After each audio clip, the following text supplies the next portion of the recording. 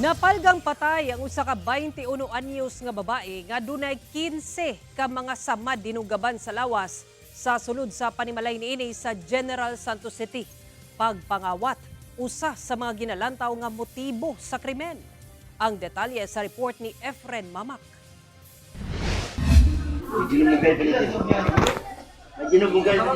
Nagkadugo samtang nakahigda sa kama.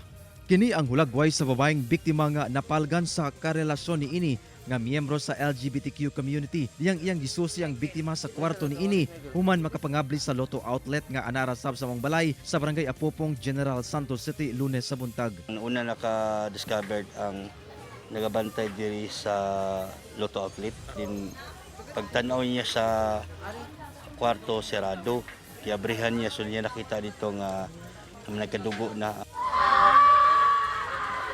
Halos di madawat sa kabanay, ilabi na ang inahan sa biktima sa diyang naibawaan ang hitabo. Nasuta nga ang maong biktima kinsa nag-inusarang nabilin sa balay ang gilauman sa kabanay nga muapas sa ilaha sa usa ka birthday celebration. Apan wala na kini nakaabot hangtod nga napalgan na lang kining patay kinaugmaan.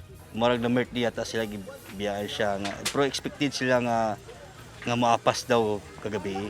Nagkuan kay sila nganong hakam daw nga wala kaapas. Gituhuan nga gisulod og kawatan ang biktima. Gitulis una kini gidunggab patay. Yung area po is para pong may nagulo po yung kwarto.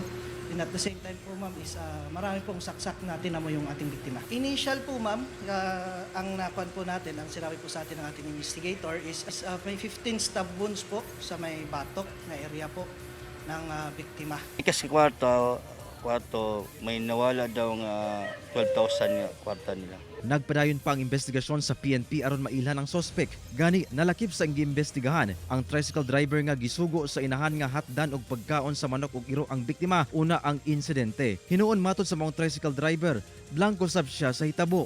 Igo ra po na ako giatag sa iyang katong isugo sa iyang mama. Nilakaw na po dayon ko pa-highway. Kabalo ka sa nanahitabo sa sulod sa papa? Wala po sir, karon lang po ko nakabalo kay nag-ayo ko direk motor. Gisuwayan pa makuhaan og pahayag sa GMA Regional TV1 Mindanao ang kabanay sa biktima nga wala pa mihatag og pahayag. Kauban si Gary Balantay ug Bong Vicencio, Efren Mamak. 1 Mindanao.